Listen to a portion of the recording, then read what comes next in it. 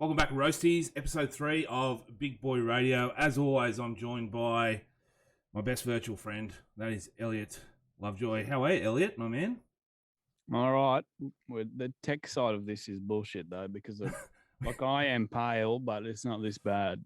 We if anyone out there is listening or watching and knows a little bit or anything about IT, because we don't, Elliott needs something about his pale face because it is like, it's I'm very ugly bright enough. in his room. I don't need this. I like your hat. Mate, it's a brilliant hat. The Wisconsin Badgers. The trucker hat fits very well with my mustache. You look like a dead shit. But I know it's for a great cause. You just look like a dead shit. Thank you. Appreciate it. Appreciate the kind words to start off. You look like you stop at Wednesday. truck stops and just watch people. I look like what? You look like you're a trucker that stops at the truck stops and just stands there and watches people. There's actually a movie. What is it? With Chopper? Yeah. No, with Sylvester Stallone. You know, with the arm wrestling one. And we're just gonna sit here and like name all Sylvester Stallone movies.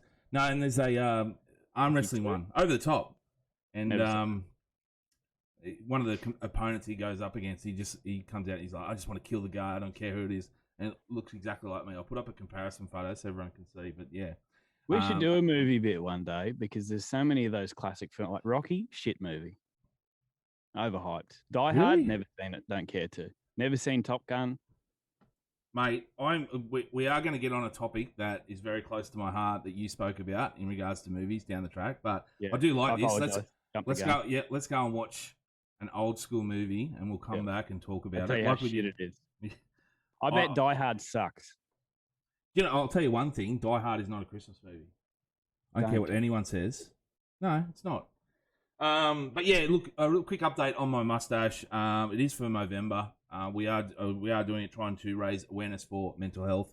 We have got a couple of rugby league personalities on board. We've got Mark Nichols from the GOAT from South Sydney, and Sean Blore from the Tigers. They jumped on board to try and help us raise awareness. So if you do want to join, head to Movember, look up the Roasties group there. Just trying to, as we all know, doing things alone is tough. Sometimes you want to do it as a team. Can help you get through and make it a little bit easier and a bit more fun as well. So come join the Roasties. Let's have some fun so Elliott can continue making fun of me every Tuesday. Like I said, great cause, just dead shit. Yes, it does. It does look very bad. And the best thing is, after about a week now, the wife doesn't talk to me anymore. So it's like for the next 3 weeks, it's like pure bliss. So it's a good thing she doesn't listen to this podcast. I was going to say, she definitely doesn't watch or listen to this stuff. Talking about dead shits, your gridiron career, how's it going, mate? Well, you asked that question because you've seen the video that came out last week. Oh, sorry, what video? No, look, there's a video of you getting pancaked. Because yes, I've watched it several times. I was on a punt protection. We were playing against Mackay on the weekend, and I'm playing offensive line. And every other punt we'd gone to do, this nose tackle had not moved. He just stood there. And he was a really friendly, big Polynesian guy. Had about 35 kilos on me. So this punt, I decided, well, I'm just going to stand here too. Respect the respect. But unfortunately, on that play, he decided to run at me with the force of 7 gods. Mate, I got sat on my ass so badly. I've never been hit like that before. Sat on my ass so badly and then whacked my head that I had to take a second to pop back up. But then I had a genuine moment of, and it was very humbling, oh God, I think I've shat myself. And then as I did get up, there was 25, 30 seconds of, oh God, I'm going to shit myself, because for whatever reason, I'd fallen on my ass so hard, I'd lost control of my bowel. It ended with me not doing that, luckily, but it was a very humbling 30 to 45 seconds of, this guy's hit me so hard that I'm going to number 2. I actually, when I first watched it, I thought you were the outside, the guy to your left. And I was tight end was out there. Yeah, it looks like John Travolta, like in, looking around in Pulp Fiction, because he didn't know where the fuck he was. And then I went back and watched it again. I was like, oh, hold on, that's him getting put on his ass. And it was quite hilarious. I don't know if you're going to use that video or whatever. You can if you want, but it was, like I said, very humbling. It was quite entertaining. But you got the win, didn't you? You got the win? Just 14-12, we got them. So yeah. Enjoying your time there? I would love to go to a game. I would love to strap up the jock strap. Enjoying the camaraderie, enjoying challenging myself. It's hard work in the game. It's just constant collisions. You'd think with all that padding, but it's just collision, particularly on that offensive line. So I think I'm enjoying it, but at times when I'm out there, I'm like, what am I doing here? How you pulling up on Sundays? Nah. No good. Mate, the road trip home is bad enough. I'm cramping up. I'm useless on Sundays. Partner will be like, oh, do you mind cleaning up the yard? It's not going to happen. I apologize. It's just not going to happen. I'll put it off to next week. It's all right. Exactly. 6 months later. Yeah. I saw one during the week. Daniel Vidot. He went viral. Now, if anyone doesn't know, both Elliot and I are wrestling fans. I wouldn't say just WWE fans, but wrestling fans. He went viral during the week after turning a failed leapfrog into what they call a sling blade. At first, I was amazed the commentators actually highlighted like a botched move like that. Normally, they just sort of sweep it under the table, but it was quite impressive. You saw that video? Yeah, I've been watching. He seems to be getting a lot of TV time or at least online time lately with that NXT brand. So yeah, I did see that one. Zion Quinn is his name. So if anyone, if you're not behind it, look him up, check him out. He's starting to make moves. I know he's made his debut on SmackDown. It was against Sheamus, but I think it was under his name, Daniel Vidot, or a different name. So it rebranded under Zion Quinn. He's making his way up to the top, and he won't be far away from becoming a regular, I think. But with that move, I just wanted to talk about it because someone actually suggested making it into a finisher because it was quite impressive how he did it. He retweeted it, loved that he wanted to make it into a finisher and wanted to come up with some name suggestions from fans. I just wanted to highlight the best one I thought was combining his league pass with his WWE future, and it was Quinn in the bin. Quinn in the bin. And it was like, it brought up the memory of him and I think it was Ben Rogers for Newcastle, where he just got absolutely pumped the fuck by him. And then he got sent for 10. So that's good. I saw one of them on there. It was just called the cutout. I was like, that's brilliant. Yeah. Shorten it up. Yes, please. And there's a couple that you could take from the league and put in that I think the American audience would love. Yep. I saw that photo of Shawn Michaels after we just wrapped up our podcast last week, and you got a photo with him. That was that would be mind blowing for he's only 31. It's incredible that I just respect the balls on him to literally be like, well, okay, I've achieved some really great things for rugby league. This is something I really want to try, and I watched a movie. It was called Fighting with My Family that was based on cracking into the wrestling business, and I've watched a few docos.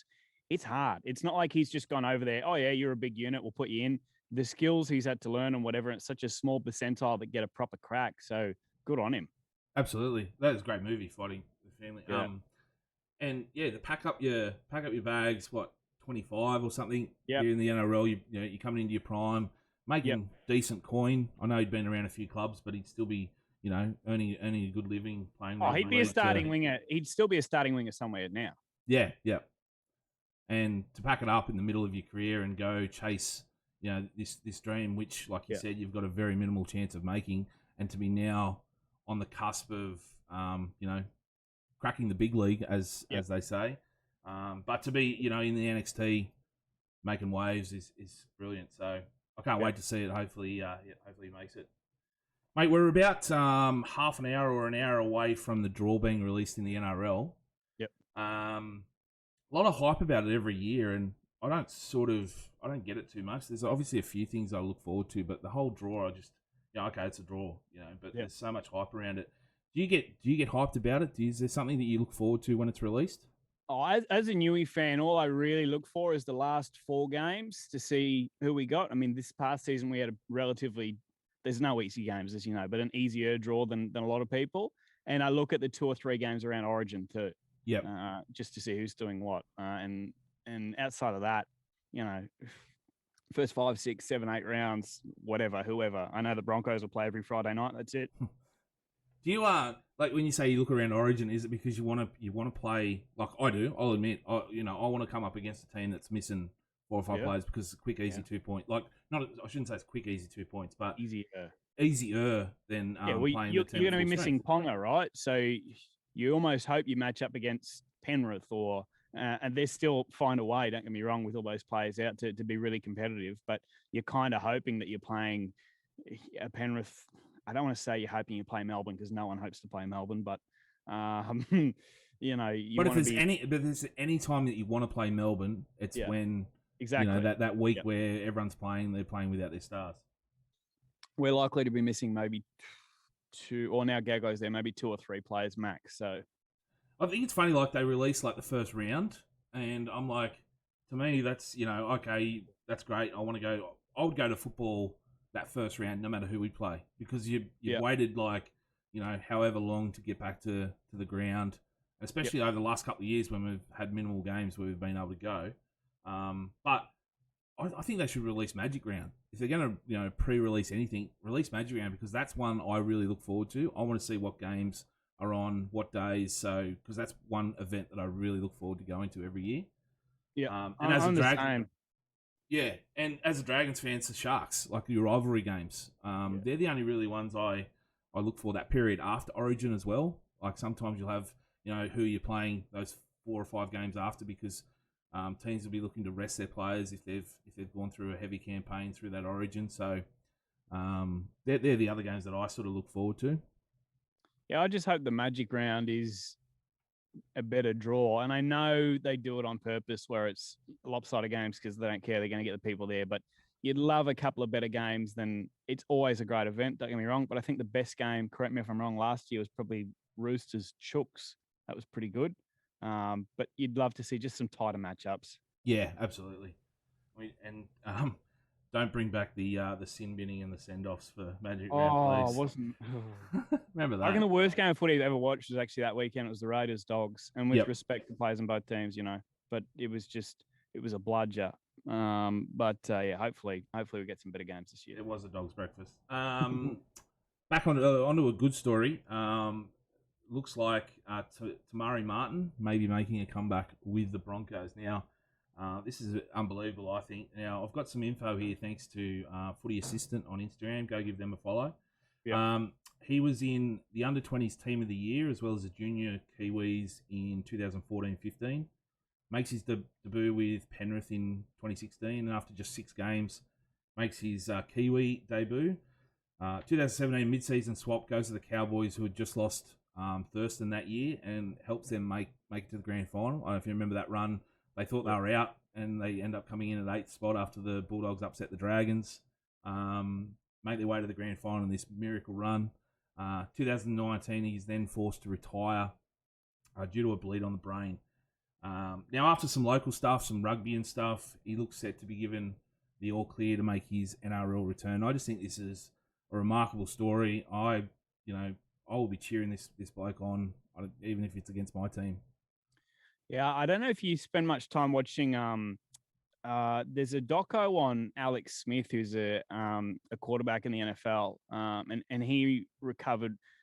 He had a leg break that was similar to Jarrell Yaoyi's. Yep. It was awful, and the recovery that he went through and to get back to the elite level, and he started at quarterback quite a few times last year, and he never should have come back. Tamari's story is similar to that. You'd love almost a 30 for 30 doco on what he's gone through the last couple of years to get back to the top level. It's great. I mean, he's a depth signing for the Broncos, but that doesn't mean he can't outshine Albert Kelly and Tyson Gamble, et cetera, in preseason and at some stage earn a starting gig again. It's incredible.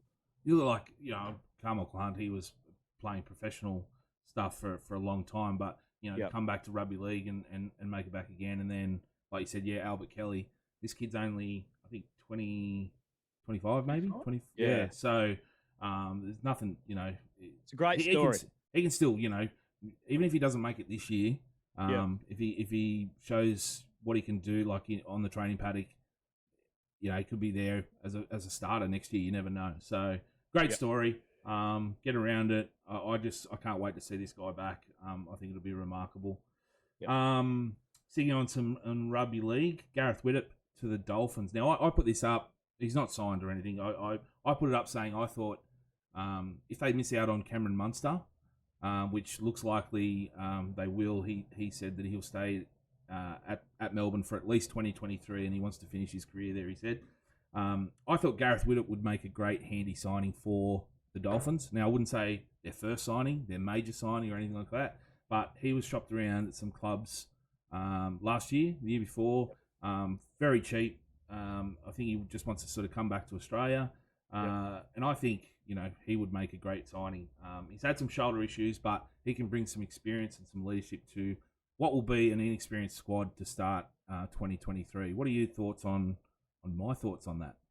I mean, it'll be purely an injury thing if you're in the belief that his body is in good shape, And again, I go back to Newcastle, who are going to have some dramas in the halves. I would have loved to see them pick him up.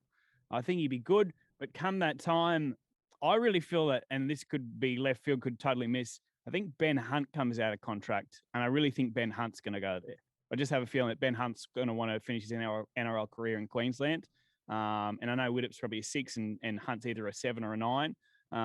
Will they potentially get both? I don't know. But mate, you look at Widdop in his prime, and he was only slowed down by injury. I don't think it was a form thing with him. It was constant injuries, the poor bugger.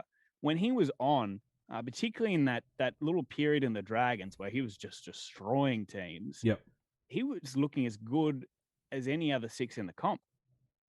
It was up there like it was 2018. It would have been top 5 Dally M. And he can play one as well. I don't know if he will with his shoulder anymore, but yeah, I mean, geez, a lot of clubs could use a 6 like Widdop. I think the Dolphins would be silly not to look at him. Yeah, even like as a 14, you look at like Benji Marshall, what he did with Souths. There's nothing saying, how old is he? Early 30s? He'll be 34. He's born the same day as the great man right here, March 12th. But he'll be 34 in 2023. So maybe a turning 1-year 34. I thought, like a 1+1, so a 2-year contract with an option to the club. And that would seem like, want to push himself to get that option as well. Maybe transition into coaching.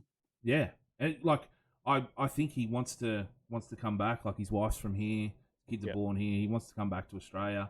And I just think it'd be a good fit. I just think it's also a name for a very cheap price. So you signed, like I said, it wouldn't be the first signing, but if you signed him pretty cheap, then you might get other players going, oh, well, they're starting to get some big names and some young kids might want to go there. That's just the thoughts. But I think it's a good idea. Yeah, I don't say. I like that Ben Hunt. There was actually talk of, I think someone in the Daily Telegraph put out saying a captain of a club is now being shipped around, someone coming off contract, and there was three players that were off contract. And that was Ben Hunt, Josh Jackson, and someone else. The rumour was it was Josh Jackson getting shopped around, but wouldn't surprise me, if Ben Hunt, like you said... it just makes sense, mate. He won't go back to the Broncos. I would think he'd want to finish his career if he could get a 2 or 3 year deal at the Dolphins. And again, they've got the option to play him at 7 or 9. Yep. It's pretty handy. Now, moving on to probably the most outrageous thing I've ever heard you say, and you've said a lot of outrageous things. Yeah. On Triple M, which is where you work, you said that, I'll quote you, the whole Bond franchise sucks. It is a slightly less bogan version of Fast and the Furious. Now, as a fan of, a lifetime fan of Bond, I feel like we could end the podcast and never speak again after this. Good for me. I want to see if you want to back those statements up. If you want to retract anything, what do you want to say about it? I'll double down if you want. I mean, all it is car chases and him nearly dying when you know he's not going to. The villains are the same every time. Honestly, it is. It's Fast and the Furious in a suit. It's a terrible, boring franchise that people have pretended to like for far too long because of the rich history of actors behind the role. Just because the name is James Bond doesn't mean you have to pretend to like any of the films. The storyline, exactly the same every time, just in a different location. Yawn. What? Can I ask, what movies have you watched? Yeah, I watched Octopussy, and obviously that hasn't aged particularly well, and you got to be careful when you Google it. And I watched No Time to Fuck Off. What's the movie called? No Time to Die. The latest one, yeah? Well, not the one that's out this year, the one before that. Oh, sorry, yeah, the previous one, the one that's just gone. Yeah. Yeah, whatever that's called. I watched that and oh, mate. And then I wikied the rest of them and I read through the plot because I thought, oh, maybe, surely, there's maybe Pierce Brosnan is the era I should be watching or whatever it might be. It's the same thing. So my history, so when I first watched, I'd watched a couple of Roger Moore's when I was a kid because Dad used to watch it. And then GoldenEye came out and I was hooked. The game came out. There was all these characters in this game that I wanted to find out the story behind why were they in there. I went back and watched from the beginning all the way through. I love Roger Moore. There's Roger Moore's got about 8. I think he's the best Bond. The thing is, yeah, they do reboot it, but I don't believe the story's the same. The same sort of thing happens as a villain. But you think of any movie, that's the same.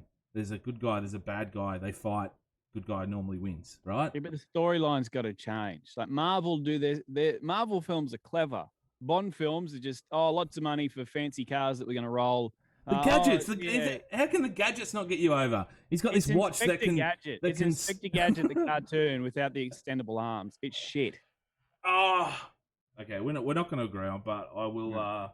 We'll say a little fun fact: James Bond movies, adjusted for inflation, have grossed $12.5 billion. That's because most of the world are idiots. Shut up, Elliot. All right, we'll just move on. But I want to ask. I want to relate it back to the NRL. I want to relate it to rugby league. Now, if you were to reboot the Bond franchise, start with a new character, which they look not a new character, sorry, a new actor, and which they're looking to do for the next movie. Yeah. Pick a player from the NRL that you would like to see play Bond. Okay. Well, 3, 2, 1, because I guarantee we'll have the same person. You can count us in. So 3. No, he's in like 3, 2, 1. Oh, okay. No, well, I'll say, 3, 2, 1. Ruben Garrick. Cameron Murray. See, Ruben Garrick. I think you said Ruben Wiki. No, I put down, I said, everyone will say Cameron Murray, so I won't go Cameron Murray. Okay. So I thought Ruben Garrick would probably be a really good Watson? Bond. What's that? Connor Watson? Connor Watson would be great. Yeah. I also thought, if you want to go a bit rugged, a bit different, Christian Welch. Oh, yeah. Bit of personality to him as well. Yeah. And that wicked smile, I just think he could do it. But if you had to pick a villain, who would you pick? Cam Munster. Yeah, that's good. Because he'd be conniving. You know what I mean? Yeah. He'd be an evil genius. I went a little double here. I went Clint Gutherson as the villain, but he'd have Marty Tapau as his bodyguard, as his henchman. He'd be like Jaws. He would be you don't know because you don't watch it. You've just based it on one movie. Sorry, I literally thought you meant Jaws as in the shark movie. So no, there's a character in the Bond film called Jaws. Same character who played Mr. Larson in Happy Gilmore. He played Jaws in Bond. Which one's Mr. Larson? The guy with the nail in his head. Oh, yeah, that's Mr. Gilmore's joke. Yeah. So he played Jaws in one of the original Bond films. So there you go. Wish I cared. But that will wrap us up for episode 3 of Big Boy Radio. What do you got on for the rest of the week, Elliot? Actually, and I've put far too much work into this, and maybe we can do it next time. I'm unpacking an NRL draft concept that I will be putting to paper. Do you want to go over it, or do you want to do it next week? I reckon let's do it next week. Okay, yeah, let's get some. Because I've spoken about it to. I have a mate when we go for drinks, and he's like, we write stuff down the back of coasters, and we say the NRL's listening to us because every time we talk about it, then like a year later, it comes up in conversation. So I want to hear it because I've got some thoughts on it as well. So we'll do that next week. The NRL draft, how it can work in the NRL. All right. Have a great week, man. Thanks, bud. You too. Thanks, Rosie. Talk to you next week. Cheers.